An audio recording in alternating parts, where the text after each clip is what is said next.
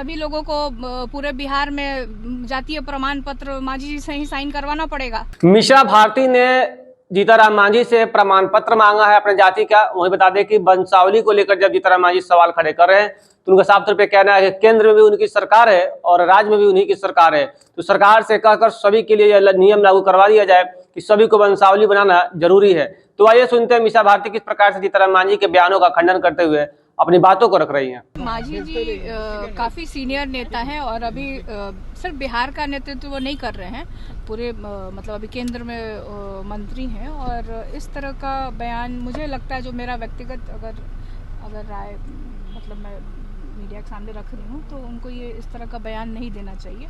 किसी भी जाति सूचक इस तरह से किसी की कोई इस जाति का है, इस जाति का नहीं है। अब मांझी जी के पास क्या प्रमाण है? अब तो या तो फिर जिस समाज के बारे में वो बोल रहे हैं, खास तौर पे लालू जी की जाति के बारे में बोल रहे हैं, तो इस जाति के या सभी लोगों को पूरे बिहार में जातीय प्रमाण पत्र मांझी जी से ही साइन करवाना पड़ेगा।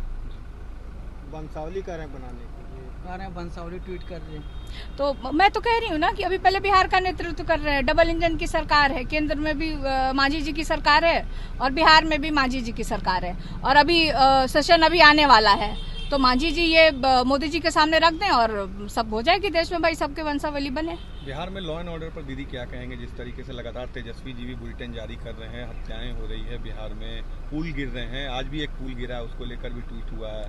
देखिए, मुझे लगता है कि नीतीश कुमार जी की सरकार पे पकड़ कमज़ोर पड़ गई है और मीडिया के माध्यम से, और जब आप पब्लिक में जाते हैं तो तरह तरह के नामों की लोग चर्चा करते हैं कि आज फलाने सुपर सीएम है, ये सीएम हैं और वो सीएम है और वो काम देख रहे हैं। तो लॉ एंड ऑर्डर का जो एक मुद्दा है, आए दिन राष्ट्रीय जनता दल इसको उठा रहा है। तो जो जनता के साथ जो भी जिस तरह की घटनाएं घट रही है, उसको राष्ट्रीय जनता दल हमेशा मीडिया के सामने रखने के और बिहार की जनता के सामने काम कर रहा है। तो लॉ एंड ऑर्डर, एक तरह से कहा जाता है कि राष्ट्रीय जनता दल की 20 साल पहले की जो सरकार थी, बार बार कोई अगर घटना घटती है तो उस पर आरोपित कर दिया जाता है।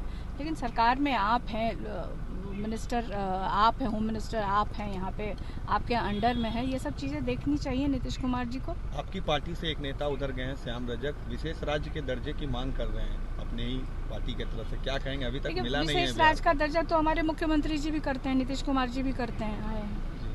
और फिर मैं वही बात दोहराऊंगी कि डबल इंजन की सरकार है बिहार में भी और केंद्र में भी, तो मुझे लगता है कि मांग करने की आवश्यकता नहीं होनी चाहिए थी।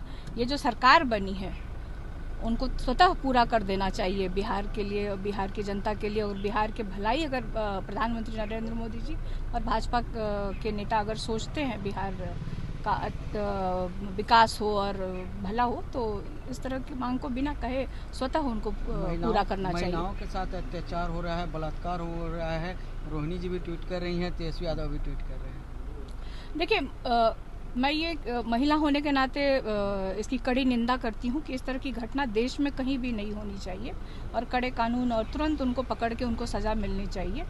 और कई एक बार इस तरह की घटनाएं होती हैं तो जो पॉलिटिकल लीडर्स होते हैं एक दूसरे दल पे आरोप प्रत्यारोप लगाना शुरू कर देते हैं। ये इस तरह की चीज़ मीडिया में नहीं आनी चाहिए। इससे क्या कि जो लोग होते हैं उनका मनोबल काफ़ी बढ़ता है।